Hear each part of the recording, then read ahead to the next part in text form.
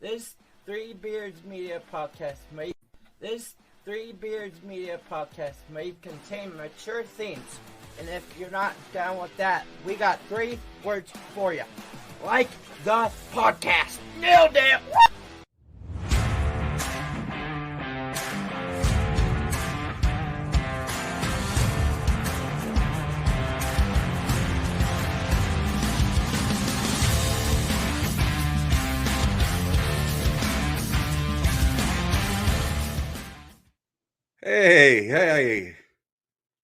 Hey, everybody. Hey, welcome to episode. Good. Welcome to episode 5 of False Starts with Bill Blank and Chris Shipley. I am your host, Chris Shipley. This is my co-host and friend, Bill Blank. Bill, how are you doing this week? I'm doing swell. All I was worried about this entire week was if you did your homework last week. Over the last 2 weeks. I did not. I did not. Not even once? Did you just have all good days? I did. I did. I got to go back and see my mom. So that kind of helped my sadness or whatever. And then I got a really good lead on a job, and from, believe it or not, from social media. So for as much as people talk about how toxic it is, this gentleman reached out to me, asked me for my resume. A couple of days later, I'm having lunch with him and his boss, and Friday I got a verbal offer. So it's verbal, but I don't think it's going to go anywhere. So you accepted this offer? I accepted the verbal offer based off of seeing the full offer. But what the hell happens next?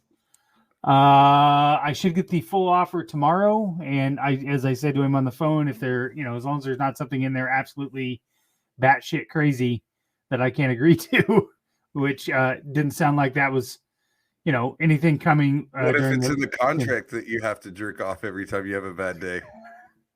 I mean, that's okay. Are you going to take the job then? I will take the job then. I will take the job then. As long as I can do it at home, as long as it's not a hybrid thing, and then then that's. I don't want to do that in the office. Half in the office, half at home. See, that's the thing. Just putting that thought in your head, subconsciously made you have nothing but good days.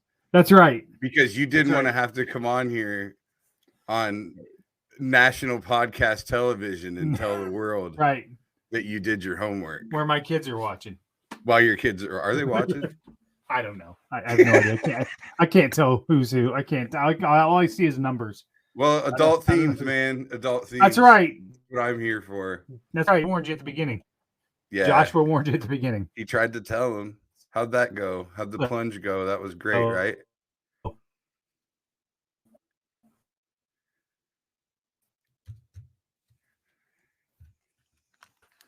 We gotta get you better internet or something.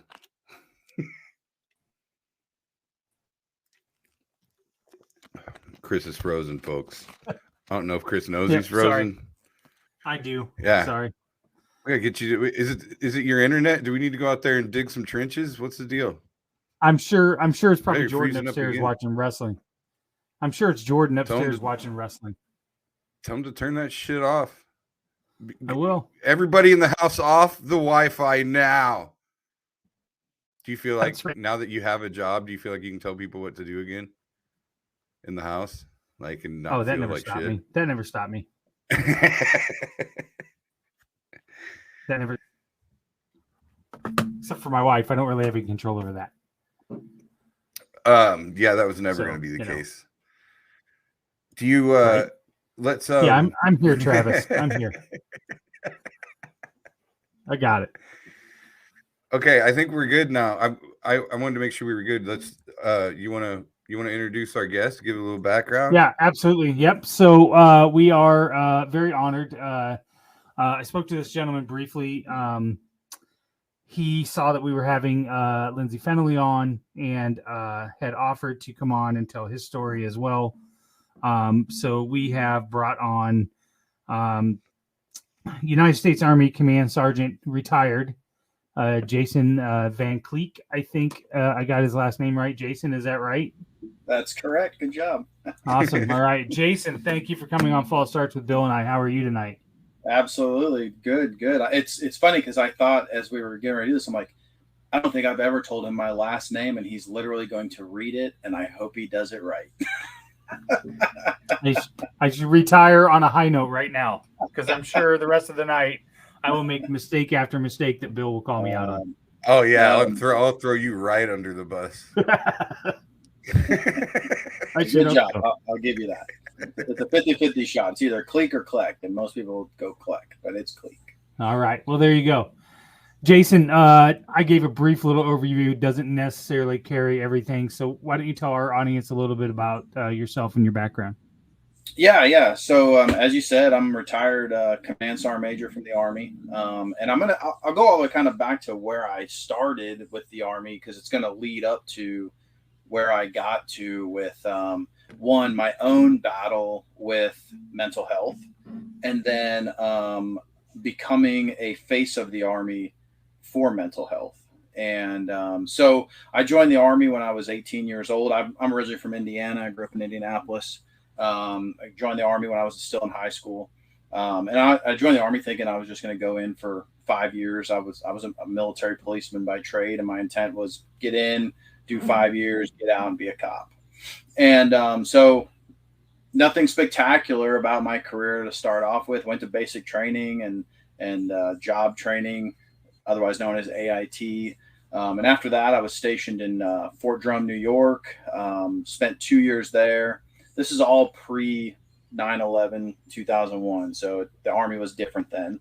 So did 2 years in New York. Then I went to Germany for a year. Once again, nothing spectacular about my career. I just was a normal soldier. I was a good soldier, but nothing to stand out or anything. Did a year in Germany. And then while I was in Germany, I got selected to be a recruiter and went back to Indiana. It was a program the Army was trying back then. This is the year of late 99. And so I went back home. Essentially, I recruited back in my hometown. And it was the most stressful job I've ever done in my entire life. Even like more stressful than deploying to war. I mean, recruiting is no joke.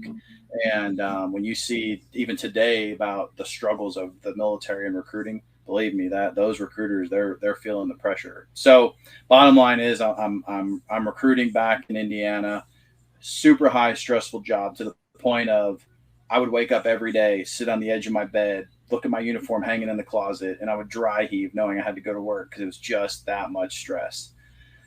And so I did a year and a half in recruiting. Back then, the program I was in, it was a shorter program. Most recruiters do 3 years. I only did a year and a half. So I get, but during that time, so I'm a recruiter all of 2000, rolling into 2001. And then right at the end of my time as a recruiter, September 11th of 2001 happens. And I'm literally on my way out of recruiting and heading to Fort Campbell, Kentucky. So I get to Fort Campbell, Kentucky right after 9/11. So I'm there. I arrived there in October of 2001. Within a couple months, I'm on a plane and we are heading to Afghanistan. So my mission in Afghanistan when the war first kicked off, being a military policeman, I flew missions we would fly from New Jersey to Turkey into Afghanistan, pick up 30 terrorists, put them on a plane, fly them to Cuba, 26-hour straight flight, drop them off, fly back to the States. It was this round robin of transporting these terrorists down to the prison in Cuba. So then I get back to Fort Campbell. It was a short deployment. Ran out of prisoners to have to take to Cuba. So I get back to Fort Campbell and I just fall in line with doing Army things. Obviously, the Iraq War is starting to get a lot of chatter, and the Iraq War kicks off. So I deploy again to kick off Iraq, and I'm in charge of 9 other soldiers at that time. I'm what's known as a squad leader. And so during that deployment, we move across the berm out of Kuwait into Iraq, take over a town in southern Iraq. We're building up the police station, pretty high stress every day, running around the city, trying to bring the country under law. Essentially, there was no law. And so then after a few months there, we moved to Karbala, Iraq. Same mission, bigger city. Karbala, Iraq was much larger than where we were. Same type of stressor. And so on October 16th of 2003, I get into I'm involved in a firefight. It's about 200 of them against about 30 of us. It's in the middle of the streets of Karbala, 3-story buildings on both sides of us. We're just getting hell rained on us, essentially. 3 of my fellow soldiers die in this firefight. My battalion commander at the time, he was the highest ranking individual to be killed, a lieutenant colonel, got killed in this firefight, along with 2 other great sergeants. And my best friend, he was in this, got shot 3 times. So here I am, just running around dealing with the drama of this firefight, the stress. Finish up the deployment. And the thing is, once you are involved in these firefights, you go through you have a memorial service there on your camp for them, for those individuals. But you never really deal with it because you got to go right back to work. You got to go right back to fighting the fight. The enemy has a say and the enemy doesn't care. And so we go back to doing our thing. And so continue through this deployment. I finally redeploy in April of 2004, get back to America, and immediately I get put on orders to be a drill sergeant. And so I go to drill sergeant school, high pressure, high intense situation, a lot of pressure on you to graduate drill sergeant school. It's like going through basic training all over again, except you've been in the Army at this point for 6-7 years. And so there's a different kind of stress there, a lot of memorization and whatnot. Graduate drill sergeant school, report to drill sergeant duty at Fort Jackson, South Carolina. And as soon as I hit the ground there, this is during the influx in the Army. So we're building up for the 2005, 2006, there was a big ramp up in the war in Iraq and Afghanistan.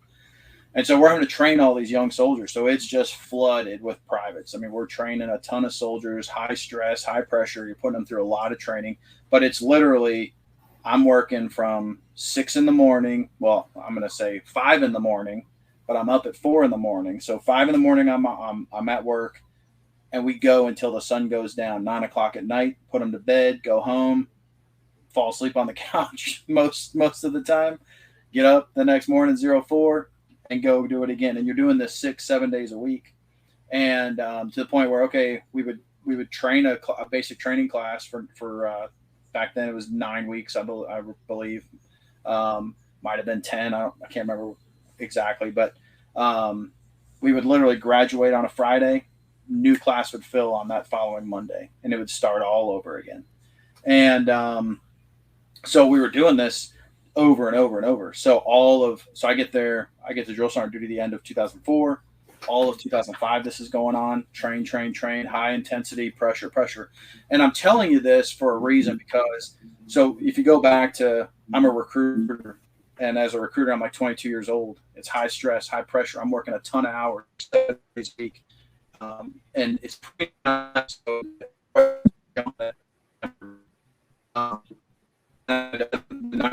In Fort Campbell, and now I deploy time and time again, high pressure, high stress. Every day you're going outside the wire and you don't know what's going to happen. Come back, boom, now I'm a drill sergeant, train. Well, then come about March of 2005, it just stopped. There were no soldiers to train. They had done their buildup, this giant buildup, and now they put a cutoff to it practically. And so I remember going to work and they were like, hey, we graduated we call them cycles. We graduated a cycle of soldiers and there's not another one to train. And at first you're like, heck yeah, we finally get a break, right? Like, this is awesome. And so for probably the first week or two, I thought, this is great. And I was single at the time, lived by myself in an apartment. We would literally go to work in the morning about 8 o'clock, show up, get accountability. All right, everybody, you're accounted for, go home.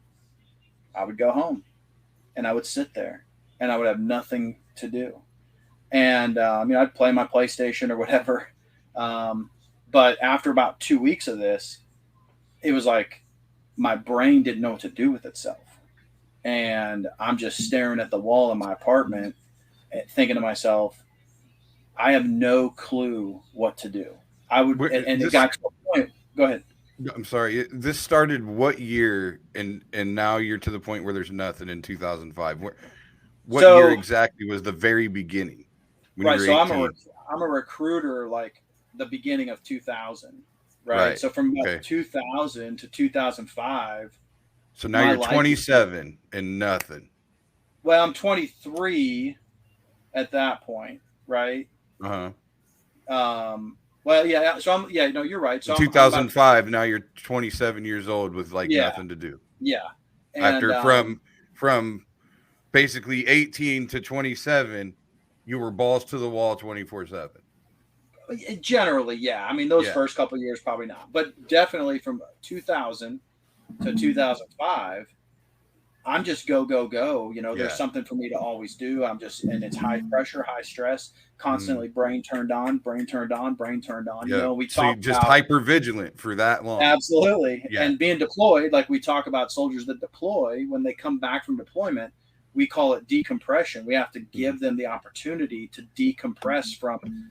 You don't realize it because you're living it every day, but you're constantly on alert. Whether you're on base camp or you're leaving the wire and going out into sector, you're still hyper vigilant. And so now you get back to the States, and when I first redeployed, I remember driving down the road and my best friend's in the truck with me and we're driving down the road and there's some trash on the side of the road and I move over. He's like, hey brother, it's not going to blow up, but that's not what my brain says. Right. Yeah. So like I said, come 2005, all of a sudden it just stopped. And it was like, my brain didn't know what to do with itself. And I was like in this depressive state. Right. And I'm normally a pretty jovial guy. And I'm in the Army. And in 2005, the Army isn't the Army that it is today. And so you're not going to work and telling anybody anything. Hey, I'm depressed. Hey, I'm staring at the wall of my apartment thinking I would rather be dead than sitting here right now. Yeah. And that was my battle every day, man. It's so hard for me to sit there and think about it and think, gosh, how come I've been that depressed? But I'm telling you, I would just sit there and stare at the wall and not know what to do with myself. And I would be just anxiously tight and just, you can't even explain to someone that has never been that depressed what that depression is. Right. Like, so, you can't, I know, like, in your backstory and everything, you're leading up to where, you're basically suicidal, right? I mean, you're that depressed, right? Absolutely. And I was there at a point in my life. I was a young kid, but I was so afraid. I was like coming to grips with death in general. And I got to where I was so afraid of death that I was ready to kill myself to avoid being afraid of it anymore. Like, is that kind of that mentality, like kind of where you're going, like that kind of just I don't that know. low? It's hard to explain. Like, I would just sit on my couch and stare at the wall and go, I can't sit here, but I knew I didn't want to be dead. Yeah, you don't really want to be. Right. But you want to be done. But there's almost anything that you would do to get out of that Yeah. there's almost anything you would do to get out of that situation. Yeah, right I just Right. want to be done with this. Yeah, Whatever right. this Right. is, I I know want to be that- done with it. I know that sitting here on my couch sucks, and Yeah. I know Yes. that I know that my brain is frenetically going at 100 miles an hour inside, but there's nothing to entertain it. Yeah. Right. And like I said, you can't tell anybody because you're in the Army. As I told Chris on the phone, like I'm probably in the most testosterone filled profession in the world, Mhm. right? And you can't in that era, you couldn't go and tell somebody, hey, The I'm word thinking about toxic going didn't there. exist. Nobody was Right, throwing that you know, around, like, Yeah. And so what I will tell, and so I think here's a key takeaway. So bottom line is, this lasted for a few weeks, right? We didn't have we didn't have soldiers to train. I'm literally going to work at 8:00. I'm home by 8:30, dreading that I got to go home. Like I'm not doing anything, right? But I can't tell anybody at work, hey, this really sucks. I'd really rather be at work all day because you can't. And so luckily, and this is where, like when you look at, I think this is the key takeaway is that when you look at Lindsay and her podcast and what her triggers are and what her issues were, right? I have another good friend. Her name's Chelsea Porterfield. She was our first class, retired in the Army, badass soldier. She had her own mental health issues, but they're different. They're different drivers of what caused her issues versus what caused my issues. And I think that's a key thing for people to understand is that everybody's issue, mental health, the trigger, it's not the same for everybody. You can't box it, right? You can't go, hey, you have problems? Well, go to behavioral health and they'll fix it. Well, no, because I will tell you right now, behavioral health doesn't fix me. Right. I had to figure it out. One, I was kind of forced to because that era, Sure. I couldn't go to behavioral health. I could have, but you weren't going to. Yeah. Well, you didn't yeah. want anybody. You might have win if nobody would know about it. And but then is it even really working if you're ashamed of it the whole time? Right. And they had just started a program where I can go anonymously, and they still have the program. Yeah. But the real takeaway here is, like you said, Bill, like, why does it need to be so secretive? Right. Yeah. Like, I think what we have to do is, so here's what I will tell you before I tell you what I think and kind of where I went with it once I figured it out. Right. Mm-hmm. So here I am, depressed out of my mind. Brain doesn't know what to do with itself. I got to do something. Luckily, I was self-aware enough to know that I needed to do something. And so one day I'm sitting in my apartment and I said, I've got to get out of my apartment. I've got to go do something. And I actually went and took ballroom dancing lessons. Absolutely. By yourself? And I did. So what I did, I don't even know why this came up, but I'm like, I'm going to go do ballroom dancing. And so I looked online. Oh my God, that's fucking great. So now keep in mind that Fort Jackson is right outside of Columbia, South Carolina, right? Major city. And so I looked up, I don't even remember why or how that came up, but sure enough, at the local YMCA, they were doing these free ballroom dancing lessons. And I'm like, I'm going. So I had to convince myself mentally to get in my truck and drive to the YMCA, right? Because you got to now I got to hype myself up. Like, this is good. Get out, go do it. Yeah. So I did. And I'm telling you right now, man, I drove down to the YMCA in Columbia, South Carolina. I walk in there and it's a bunch of old people. Now, when I say old, at the time, I'm 26 years old. And these people are in their 40s. These people are kind of in their 40s or 50s. So I'm thinking they're old. Now I'm 40 and I don't think it's old, right? Right. Exactly. But I remember walking in and I walk in and they're kind of doing this circle. They have a circle of people. And this lady looks at me and she's like, "Can I help you?" And I'm like, "I'm just here to learn how to dance." And she's like, "Oh." Okay. And she's really confused because I'm totally way younger than the rest of the. Yeah, and than nobody the- comes by themselves probably. Right. You know, Yeah. one, why is this dude here by himself? And two, he's in his mid This is 20s. could be creepy. Could be creepy. Yeah. And so she's like, okay, well, you can partner right over here. So like she leads me over, partners me up. I went to ballroom dancing lessons 3 times a week for about a month. And then we picked back up to training, and so I just got back into working, right? Yeah. But here's the takeaway to that. To this day, those people at that YMCA have no idea why I was there or that they saved my life. No idea. You should look them up. Look some of them I up. know. But Come on, Mildred. Remember when we do-si-doed? So I kind of figure out what my trigger is, right? My trigger is stagnation. Yeah. Idle hands being the devil's playground, so to speak. Yes, I have to stay busy. But I also know that if I get too busy, it can drive me into a like it's a fine balance. An overdrive. Overwhelming. Right. And become overwhelmed. Yes. And believe me when I tell you that there are multiple times where I have conversations with my wife and I'm like, hey, I'm in a funk. And she knows, like, I have no issue being open with her about it. And I'm like, hey, I'm in a funk and this is why. Either I'm too over hyped up or I don't have enough going on.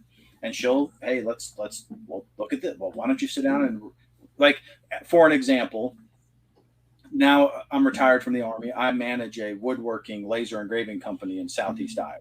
And my brother-in-law and I own this company. He does all the work. I just manage the projects. But there are times where I just am like, have so much going on. And she's like, just sit down and write it out. Like write all your stuff out. And then you realize it's really not that. But I'll run it over my head 1,000 times to the point that it becomes overstimulating, right? Mm-hmm. Like, write it out. I do. And then I'm like, okay, it's not as much as it looks, right? So what I will tell you is I figured it out back in 2005. I went and got my own help. I fixed myself, right? Mm-hmm. Then from there I left. I went to Fort Riley, Kansas. Now I'm a leader of 40 soldiers. I'm what's called a platoon sergeant. And I said, you know what? I'm going to be open about my struggles. I'm going to tell people I've been there, right? And that's what I did from that day forward. My goal was to be as open as I could in this world of the Army, of the military, to say, hey, I've been there. I've struggled with mental health. And everybody's not the same. The trigger for everyone's not the same. The fix for everyone's not the same. Right. For me, like I said, counseling doesn't help, but counseling for you might help. Counseling for it's just, and I think that's key. Right. So then from there, I got promoted to sergeant or first sergeant. I was a first sergeant. So now I'm in charge of 150 people and deployed to Afghanistan. But this was in 2012. I was deployed all of 2012 to Afghanistan. Had a soldier die, had another soldier get blown up. Once again, more stressors. And then I got promoted to sergeant major. So as a sergeant major, I'm in charge of 1,000 soldiers. But the one thing that I always wanted to make sure of was that I was wide open with my mental health struggles. And I always have said that that if we can get at our level to be open about it, then we're going to help the next level, right? And I'll tell you this. So I have been to mental health. When I say counseling doesn't help me, I have been to counseling at different points in my career. And I will tell you that so when I retired out of Fort Leonard Wood, Missouri. And when I was there, I started a campaign called the Choose to Live campaign, because I'm a firm believer that suicide is a choice. There comes a day where every single one of those people that kills themselves makes a choice.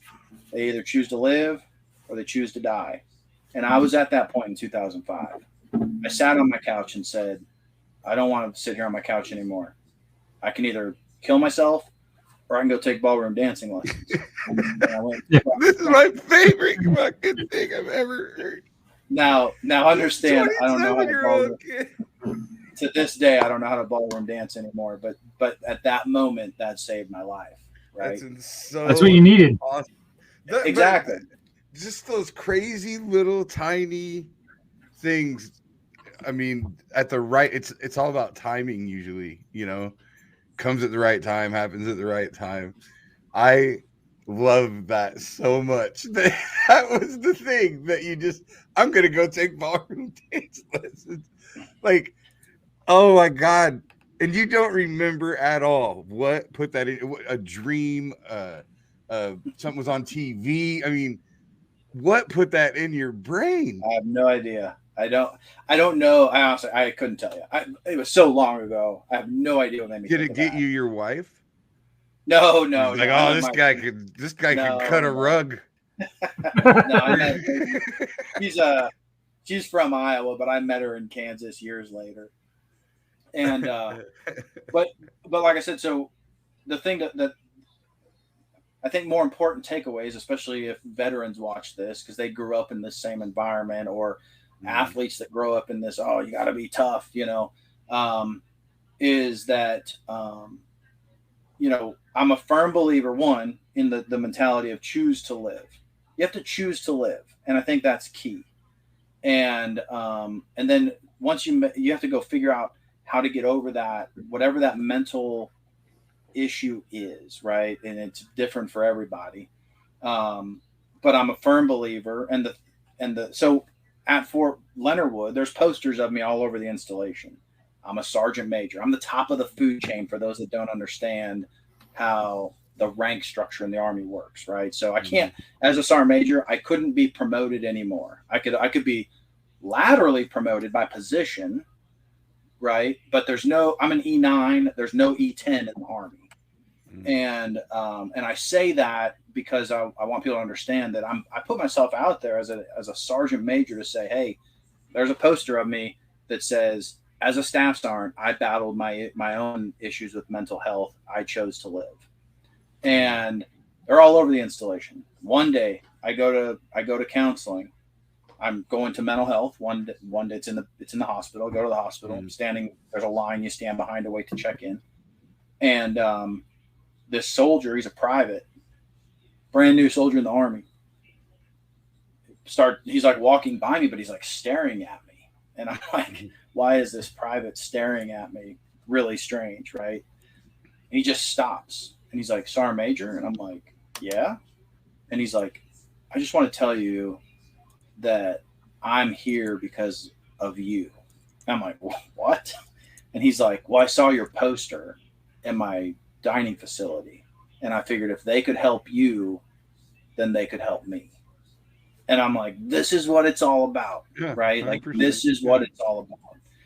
So ultimately, I wound up going out to Washington, D.C. There's a video. The Army has me on their suicide prevention website of a video of me telling my story, kind of what I've told you guys. And so I'm just a firm believer and advocate of, I wish I had the power and the influence to take the choose to live mentality and go apply it to billboards around America, get celebrities, right? Because I think there's value in that, even for the civilian side, like choose to live. And these celebrities, these superstar people that, you know, just like I did as a sergeant in the Army world, people are seeing a sergeant major on a poster going, oh, wow, like this is a sergeant major on this poster saying, yeah, people forget that's like a whole town or whatever, right, wherever you we're are. Our own world. Yeah, so it's like you're the governor, you know. Right. You know, I'm the celebrity, right? The fact that a sergeant major is going to say that and put himself like, you don't know him? What?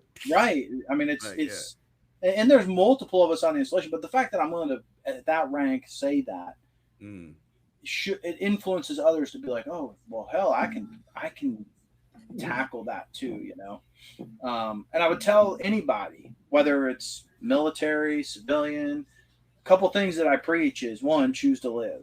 Two, we have to make counseling the first option. Stop making it the last option, because I think that's a big problem. That's right? a great way to put it. Yeah, do that first. Well, then, if we make counseling normal, then it's not so taboo. But here's the other thing that so different than getting a physical every so often, right? Whatever. Yes, yes. Yeah. Like you'll hear from people say, this happens in the military a lot. I don't know so much about the civilian environment, sector, I guess I'll call it. I'm trying not to speak too military here, but that's okay. But 400 hours we'll read up on that. But I think sometimes what happens. So in the military, you'll hear people say, "Oh, I got kicked out of the Army because I went to mental health." Oh, wait a minute. What do you mean you got kicked out because you went to mental health? Well, as we peel the onion back, we start to get the layers of the story. We peel that onion open. It really comes down to, well, I was battling mental health for this long, and it got to the point that I finally went to mental health. Whoa. You didn't get kicked out because you went to mental health. You got kicked out because you were so far down the path of being mentally, I guess broke is the only word I can come up with. It's a bad word. To make it look, basically to make you look unstable before you went in there, to where like you're getting in trouble. Your mental health problems are getting you in trouble, and you waited until after you got in trouble to go to counseling. Like you're so far down the path far down the path of mental health issues that we can't keep you in the force anymore. It's just not how the Army, the military structure. It's a life and death thing. People, so most jobs aren't life and death. Like that's a conversation I would have with people a lot is, hey, if you put mental health as your first option instead of your last option, and if we made it the more normal, then you wouldn't have you most likely wouldn't have been kicked out of the Army. But you made it your last option. Stop doing that. Stop making mental health the last option. Another way for me to equate it is in the Army, every Monday we do equipment maintenance. Every Monday we go to the motor pool and we do preventive maintenance checks and services on our vehicles, right? Every Monday. You're in the motor pool, start them up, drive them around, make sure they don't have oil leaks, check the tires, all that, right? And then in the afternoon, we would go draw our weapons out of the arms room, clean them, functions check them, make sure they work, right? Doesn't matter if we haven't touched them in forever and we know they were good last Monday. Guess what? You're checking them this Monday, right? Okay. I tell you that because one of my mantras is, and you can apply it outside of the military, is one of my mantras, but for soldiers is treat your weapon or treat your brain like it's your most important weapon and do your weapons maintenance. Regularly. Yeah. Because 100%. when we don't check the vehicle every week or we don't check the weapon. That's when it blows up. Right. That's when it breaks down. We head out to the range, truck breaks down. Get to the range, weapon breaks down. Why? Well, we haven't pulled it out of the arms room in a month. Well, why should we? This is why. So that's one of my things is choose to live. Maintain your brain. That's another, I think it's an easy one to remember. Maintain your brain and treat your brain like it's your most important weapon and do your weapons maintenance. And those are what I kind of push to the, because I have a lot of connective tissue still with the military environment. Those are the mantras that I try to push to them. And I think that they can still be applied across the board, whether you're in the military or not. You can still take that same mentality and make counseling first. Well, like on like a macro level, it just goes back to the class. It's about staying out in front of things. And like, absolutely. If the military does anything, first and foremost, is they try to stay out in front of things. So like, and that's what we're all trying to do. It's kind of like, it's like people always apply it to manual labor and physical things. It's that the story of the grasshopper that watches the ants work all summer and then is freezing in the winter while the ants are partying or whatever, right? Like, it's that old story. You can ridiculously apply that to almost every facet of life. Just that simple grasshopper and ant story. Almost 100%.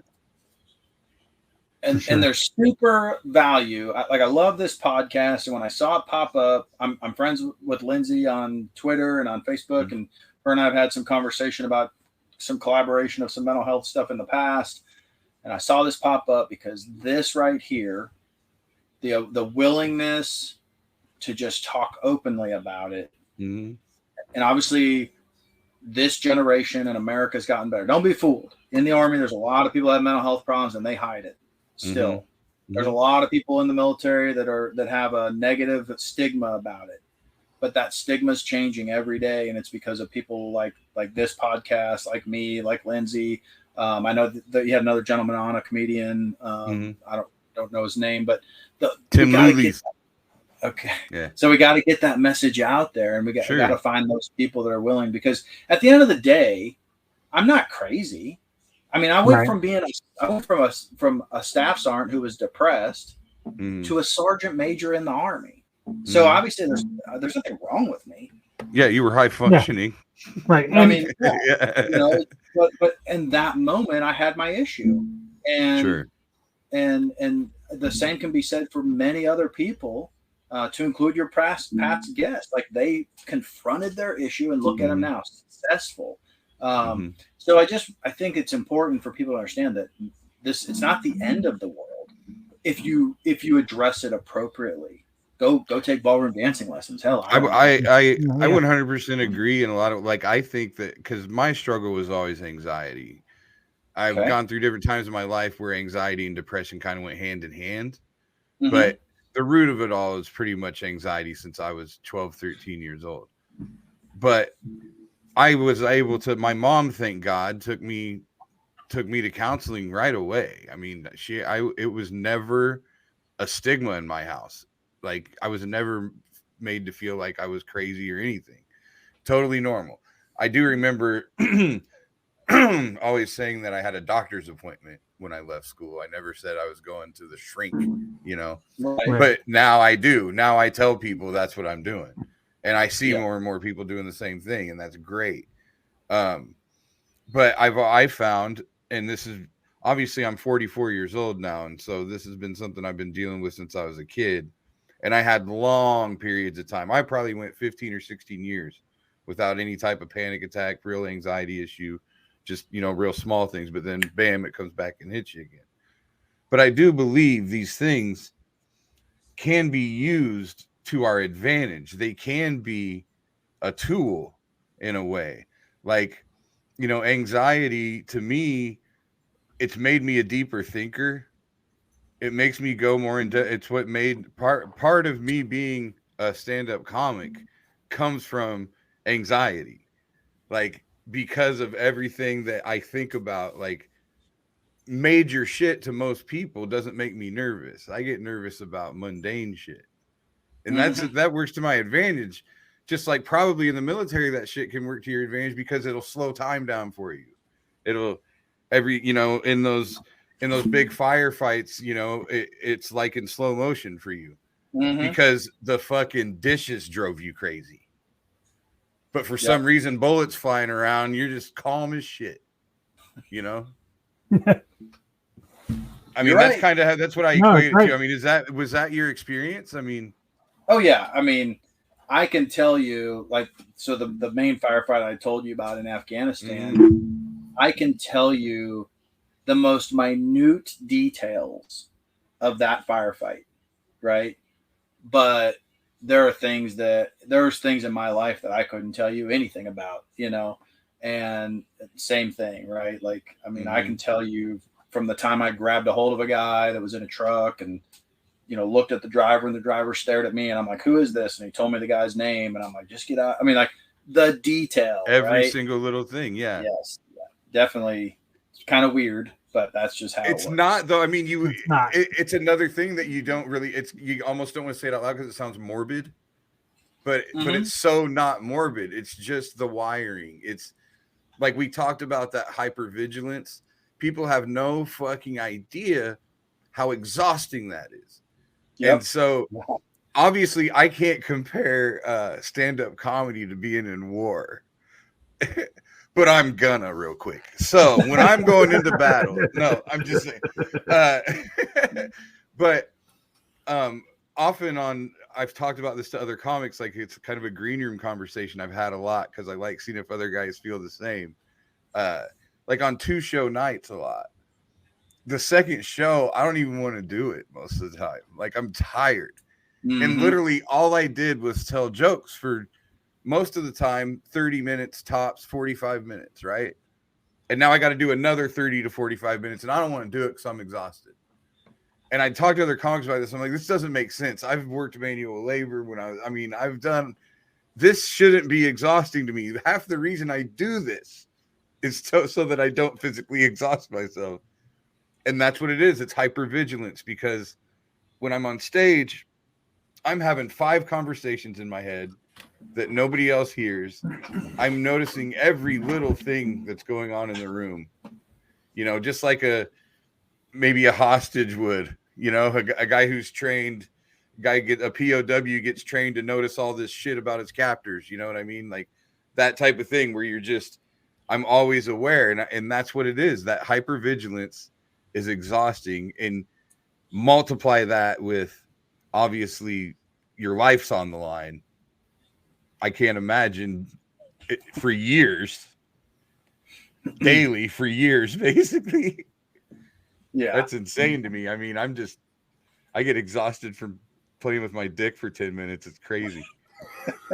Okay, this is a good time for a break. We haven't gone to commercial yet? We haven't went to commercial yet, but I do want to come back and talk about this exhaustion thing, because I wonder if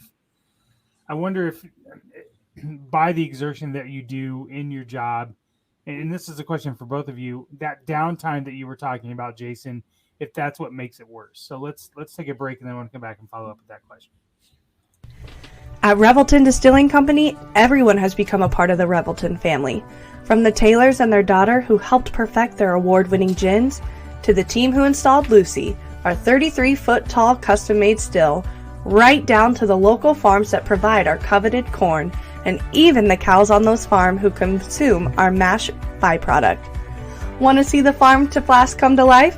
Now you can tour Lucy and find out where we take Iowa's harvest and transform it into our finest spirits. Choose between a 45-minute tour or find out even more by scheduling a VIP behind-the-scenes tour to get the taste of the full Revelton experience. You can visit them at 1400 West Clay Street in Osceola, Iowa, or find all of Revelton's award-winning spirits at any local grocery or spirits retailer.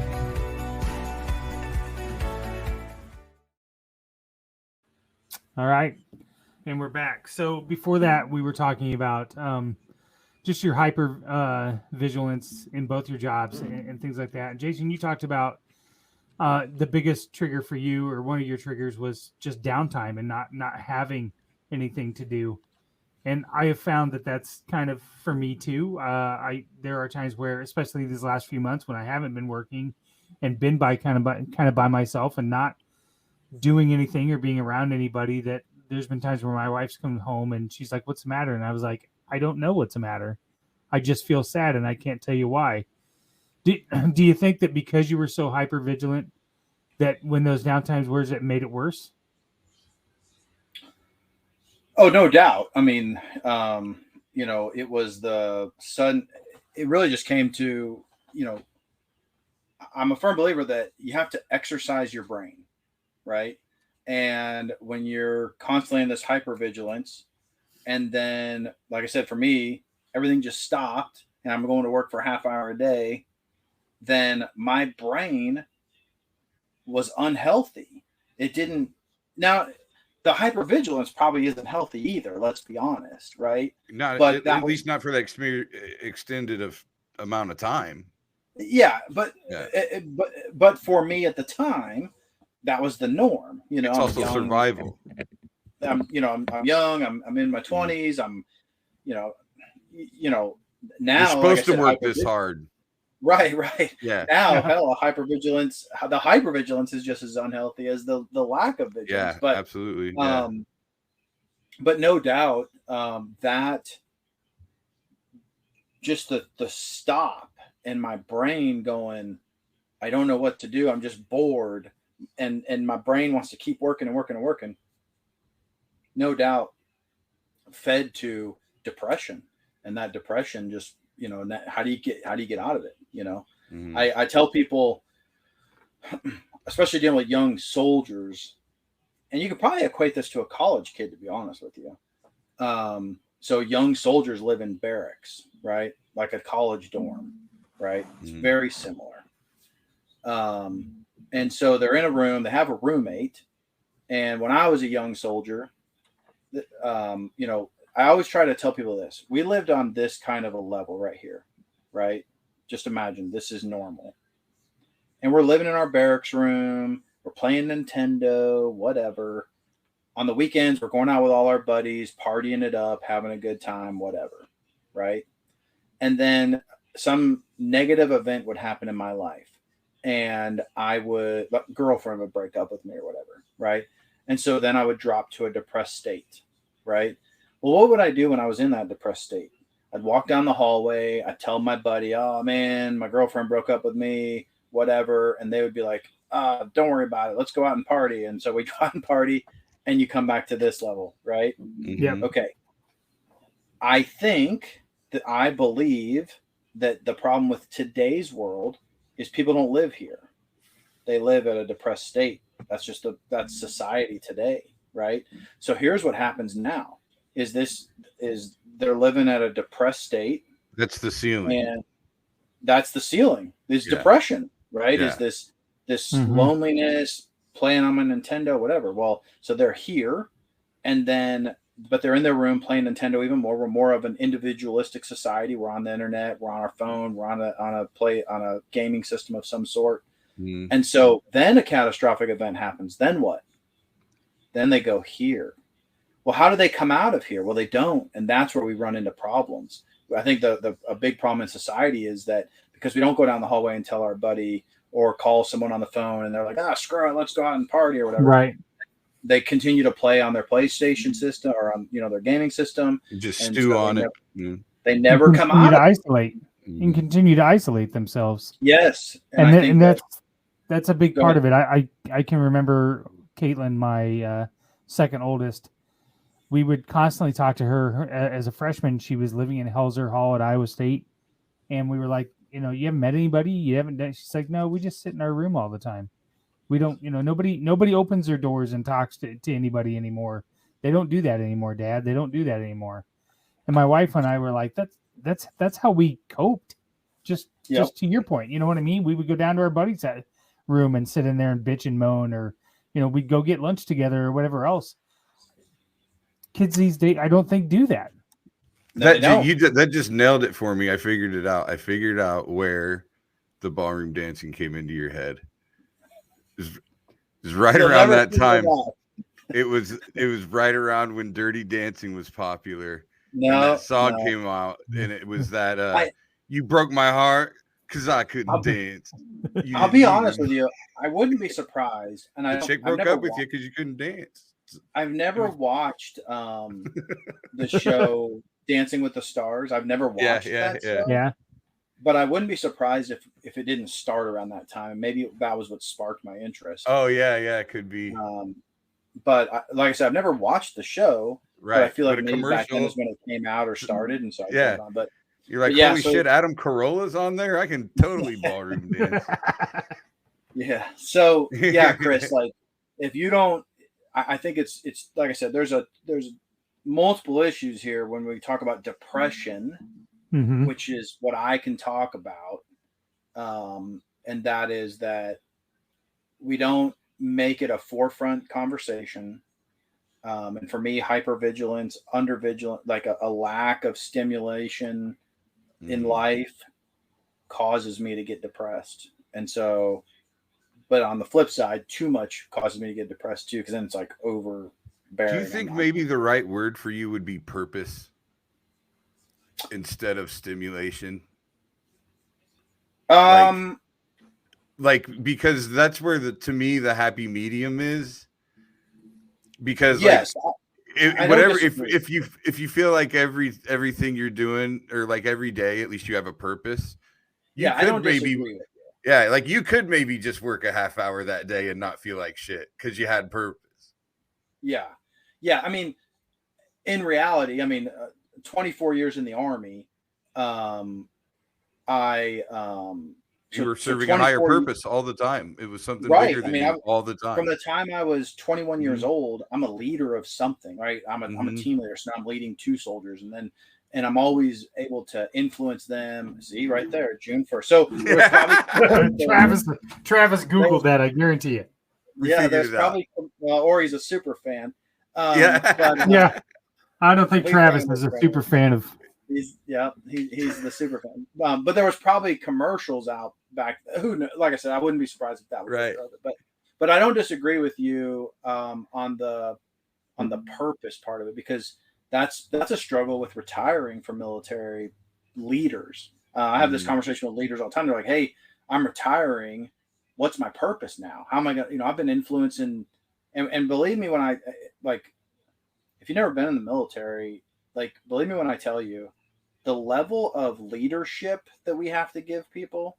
I'll give you an example. One time, my wife, there was a person at her job that got a DUI, and she's like, "Oh, so and so got a DUI over the weekend," and it's kind of this conversation around work. But I'm like, "So what did they do about it?" And she's like, "Nothing. They better be at work on Monday." And I'm like, "Holy crap, man! In my world, I would have been like, I have to go pick them up at the police station. I have to get them enrolled into ASAP, which is alcohol. It's like right." Once you get a DUI, that automatically makes you an alcoholic, and they have to treat you like that. Well, we have to enroll you into ASAP, which is like Alcoholics Anonymous, but it's a treatment program. But I have to I'm telling you, I'm concerned with every single soldier's every single moment, every minute of their day. I am their parent, and so that's the problem with a lot of people when they retire, especially retire from the Army. They're like, "What's my purpose?" And I just had this conversation a couple months ago with a lady that was retiring, and she's like, "I'm just nervous about my purpose." I'm like, "Hey, you still have the power of influence." I talk to soldiers every day. I get a phone call from somebody saying, "Hey, what do you think I should do? They're offering me this assignment. Hey, I want to pursue." And they're asking me because I retired doesn't mean all of a sudden I became stupid about the system. Right. And the system has changed since I've been retired for 2 years, but it's changed a little bit, but it doesn't mean I'm dumb about it. And I still have connections in the network. And so purpose is probably, it's a better word for sure. And even now, managing this woodworking and lasering company in Southeast Iowa gives me purpose every day, and like I said, I full-time travel in my RV, so I don't get to do a lot of the work, but my management of those projects definitely makes it easier for my brother-in-law to do the work. And that's my purpose every day, So no doubt I got to have something, or I just sit there and I'm just like a fidgety mess. Right. Yeah.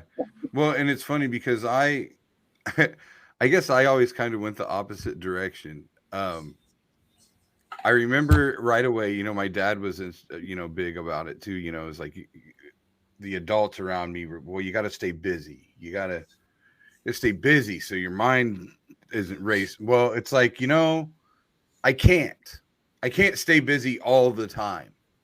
I need to be able to relax and have my brain not fight with me. That's pretty necessary, I think, for my long-term health. And I was thinking that in junior high.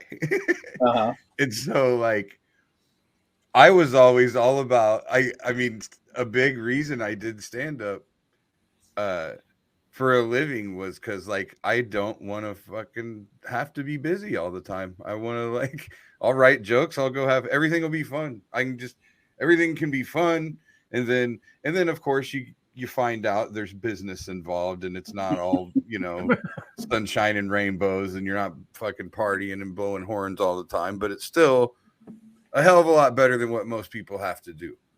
But like, it's one of those things for me where that hypervigilance happens for me in those small moments when I'm on stage, but it's not enough to when the second show starts, I don't feel that way anymore. You know, that little bit of adrenaline kicks in, I'm back to work. It's autopilot, you know.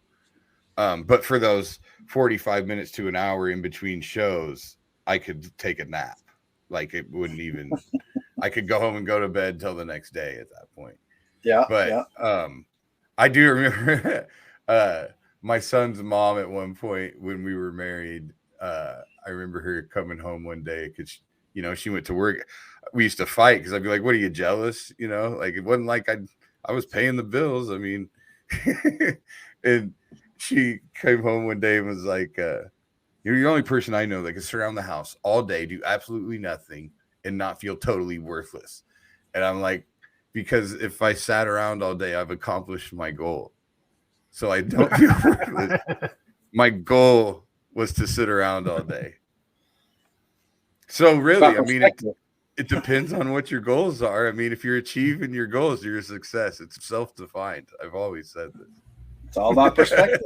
So, There we go. I mean, honestly, though, like I was very big on, and that's what my counselor, the psychologist that I went to when I was that age, like 7th, 8th grade, that was what he was big on doing, was helping me learn to relax. Like we do little like kind of dark room hypnosis technique type shit, you know, trying to just settle my brain down basically.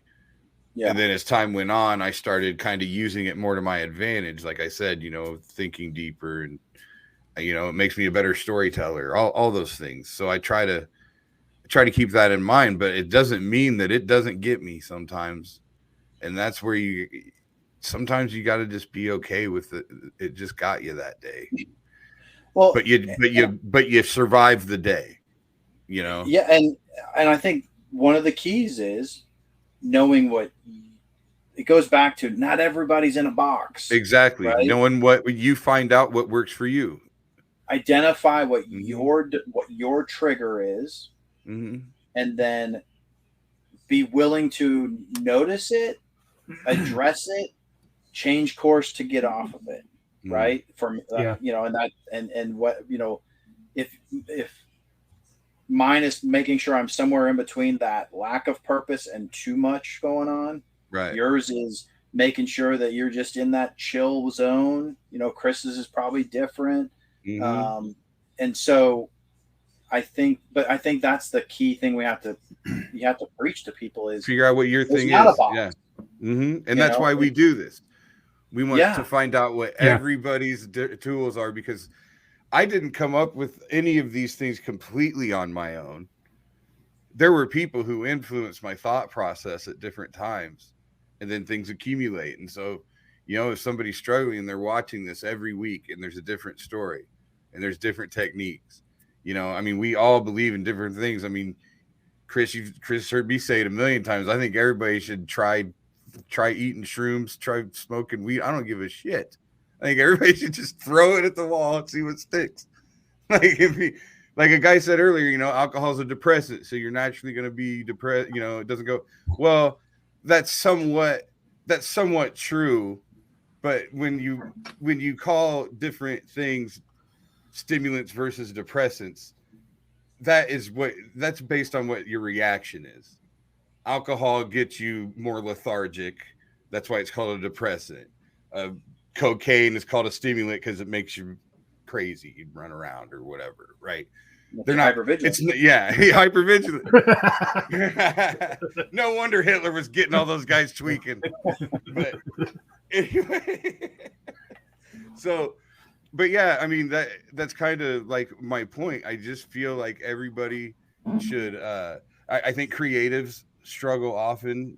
You know, I think it's true that a lot of times I find myself, I mean, I like to drink. I like to have a good time. I go out and tie one on like really well, like really tie one on to where I'm hungover the next day. I definitely feel shittier. I like to call it hangxiety.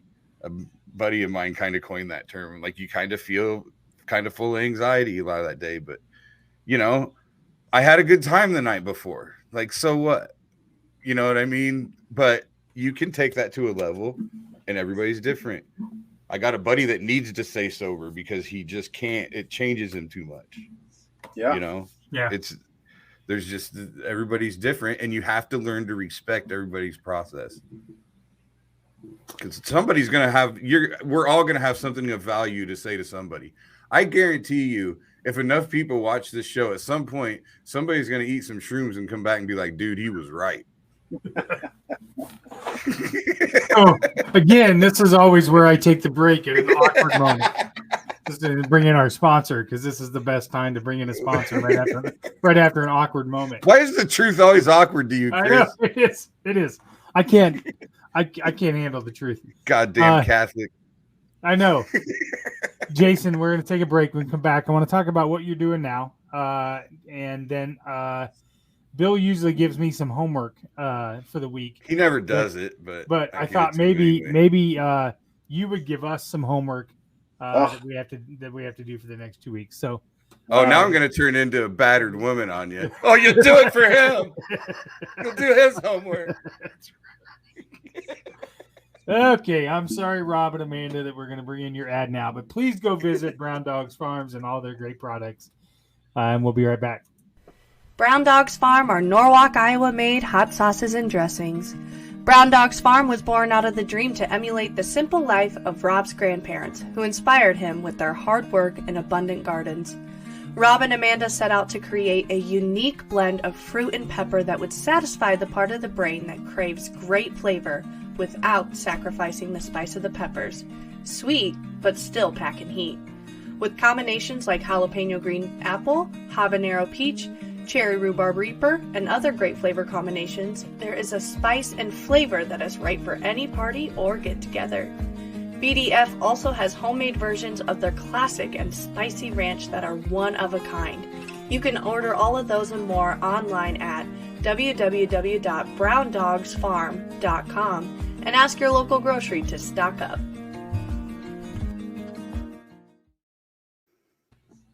And we're back. So, Jason, why don't you tell us what you're doing now? Give us a little bit about your business that you're running and how you handle your days now. You said you're traveling around in an RV. That sounds pretty nice. I do. I appreciate it. So yeah, I retired 2 years ago after 24 years and 17 days in the Army, but who's counting? But no, it was a great career. I loved being in the Army. I loved, having the influence that I did. And now I just, like you said, the day I got out of the Army, my wife and I hit the road. And so September 1st of 2020, right in the middle of COVID, it's a crazy time to leave and just start traveling. And we've been traveling ever since. So we have a 40-foot fifth wheel, and she works remotely for an accounting firm in Kansas.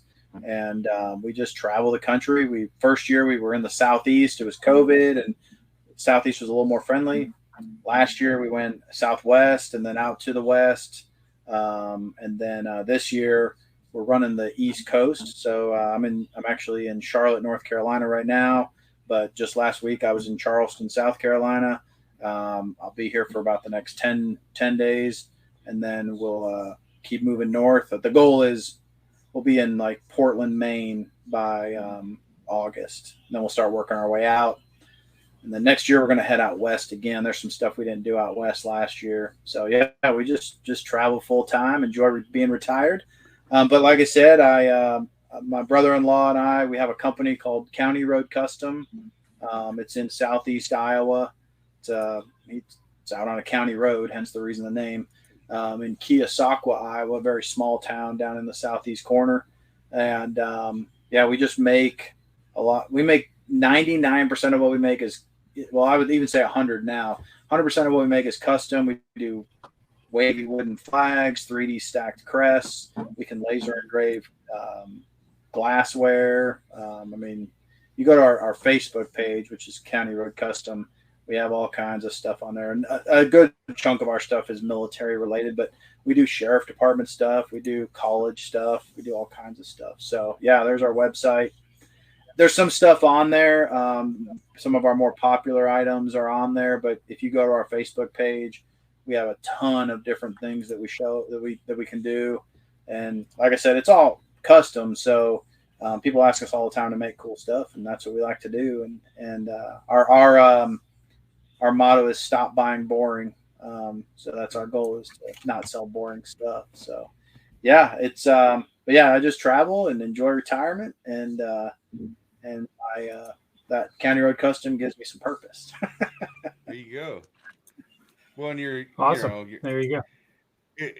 I think when you remove this, you also have removed the stress of having to be hyper vigilant every day too. I mean, that's got to help.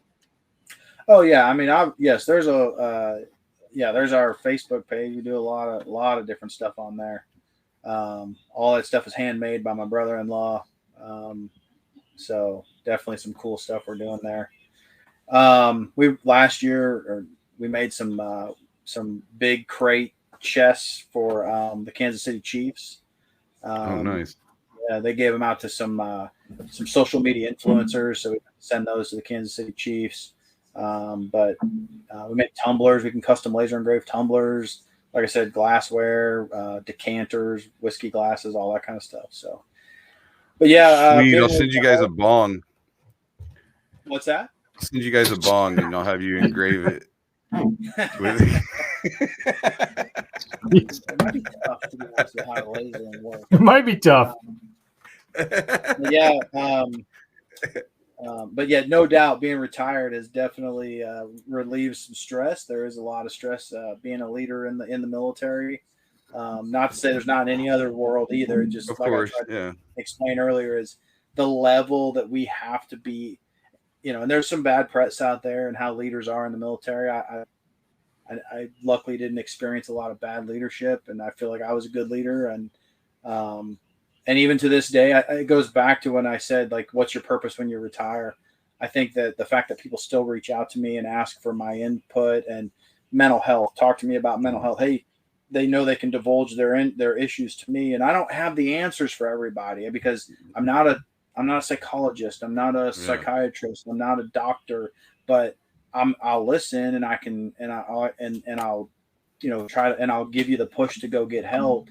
And but the fact that those people still reach out to me 2 years after I'm retired, definitely I think speaks volumes for the influence that you can have, and that I still do have. And that's what I kind of do in life now, is still beat the drum for mental health for the military, beat the drum for taking care of soldiers.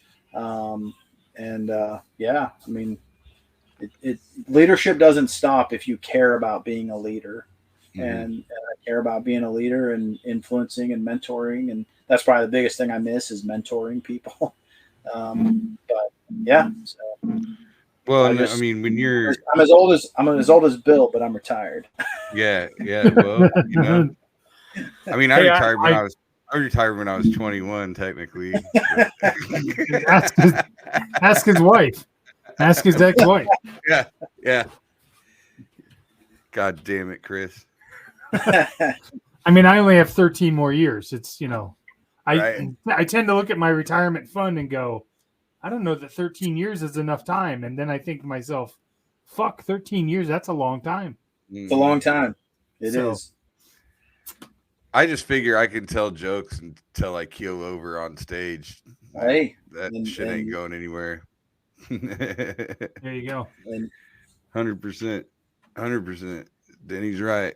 But yeah, and I do think that these conversations are important. I mean, it's the beauty of what we're doing here. Hopefully I'm going to reach out next week, and hopefully we will have a psychologist next week, and we're going to take that hour and really dive into what's wrong with Chris. We're just going to spin that entire episode. We're going to need more than an hour. Just drinking Chris's head. We're going to need more than an hour. Oh, I think it's going to be fantastic. There'll probably be some tears. Actually, I'm not that deep. There'll be Could some be the shortest shaking. episode we have. Hey, I will tell you this, Bill. and Chris, I don't know if you've ever been to counseling, so we have never had that conversation. But here's something I will tell anybody watching is the hardest part about going to counseling is going to counseling. Yeah. Right. Yeah. Like, and I'm telling Taking you the that, step, like, go through the door, just going through yeah, the door. I'm telling you that as a freaking soldier that's been to war 4 times, and trust me, it was the hardest thing I ever did was walking through the door of that freaking clinic to tell a doctor, a psychiatrist that I had some issues, right? But let me tell you, you go in there, you sit down with that, and it's not always like you see on TV and laying on a couch, No. Don't get wrapped up in that. But it's not that stuffy. I sat down in that chair and I started spilling my guts as a freaking sergeant major in the United States Army, and I'm bawling my eyes out. But man, it was so relieving to just let that burden off of my brain and off of my chest. And I left there, so much more relaxed and like someone to just, because they don't care. Like, what I mean by they don't care, like they're not going to judge you for your thoughts. Right. Yeah. They're going to hear it, and then they're going to see if there's a way to look at it a different way or give you, and so that's something I tell anybody that's watching this is the hardest part about going to counseling is going to counseling. Yeah. The moment you walk through that door though, and you finally sit down in there and you just say, fuck it, I'm telling them everything, and I'm just going to be a wide open book. Yeah, man, that's when it helps. I mean, you definitely have, and I think a lot of the reasons counseling doesn't work for some people is that they aren't honest when they go in there. Right. Yep. And if you're not honest and you don't spill it, they can't help you. And it's going to get dark. Exactly. You are not going to. There's always going to be somebody that said something darker than you did. Right. Yeah. Like unless that counselor's diving out the window when you're done, I think you did okay. But no, I agree. And part of my motivation on this is to have a laugh and stuff while I don't want every episode of this show to just be heavy. I don't want everything to just have this weight over it for an hour and 15 minutes. People will start falling asleep for that shit anyway.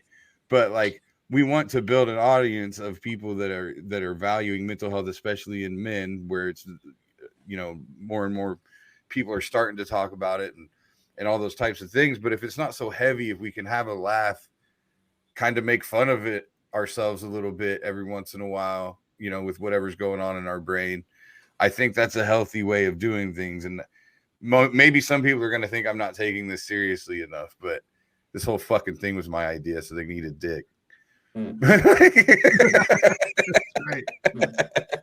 God knows I don't come up with any good ideas. I just push buttons over here and sit back and listen. But yeah, I mean, I just, I don't want it to be like, I want us to, like, I don't know, like, men, you grow up and you live in these kind of ball busting worlds with, especially the military, you and your buddies, you guys are and you roast the hell out of each other, if you just add mental health into that mix, yeah, where you're busting each other's balls about your shrink. I mean, you're like, don't tell Billy about that. He's going to curl up in a fucking ball over there. I mean, like, I think if we treat it the same as you do everything else, when your buddy ends up in a wheelchair, you all call him a cripple or something for like 2 weeks and everybody laughs about it, or, shit like that. Do the same thing with mental health.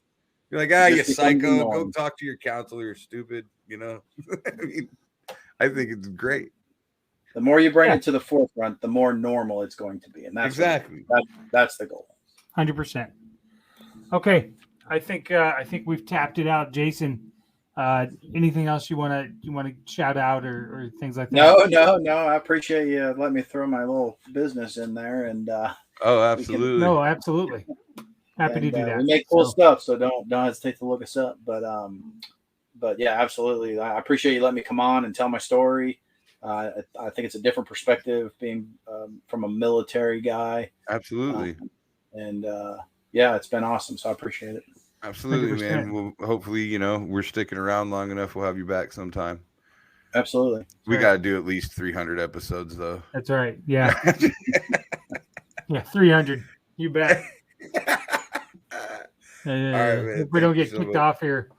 Jason, thank you for your service. Really, Thank you. really enjoyed talking to you. Bill, good luck to the Iowa women on Friday. Yeah, that was awesome. So, Dude, Caitlin Clark is so good. I'm watching other women's basketball games to see who they're going to play.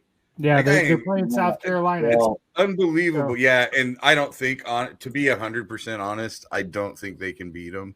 I mean, I think they can beat them. I don't think they will beat them because they're not going to they have like 2 6'5" girls. They're going to get every rebound.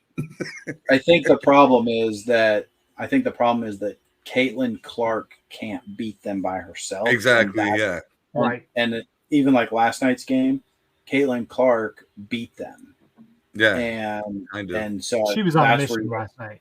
Yeah, I think that's just she was on a mission last night. When you go up against South Carolina, it's a whole different beast. Yeah, they're top to bottom very athletic. You can just tell. I mean, and it doesn't mean a great player can definitely. Basketball is the one sport where a great player, especially one that has the ball in their hand all the time, can definitely carry you. It's possible. I don't see it happening, but it's amazing, and no one has transcended women's college basketball like she has in recent memory. I mean, now she's bringing a lot of eyes to the game. They only beat South Carolina. South Carolina only beat Maryland by 11 tonight, so it wasn't like they were crazy dominant. So we'll see. Always got a puncher's chance though with Caitlin, that's for sure. Yeah, you do. All righty, everybody. We appreciate you listening. Thank you guys so much. We will see you guys in 2 weeks. Jason, thank you very much. Have a great night, guys. All right, guys. Thanks again. Yes, sir. All right.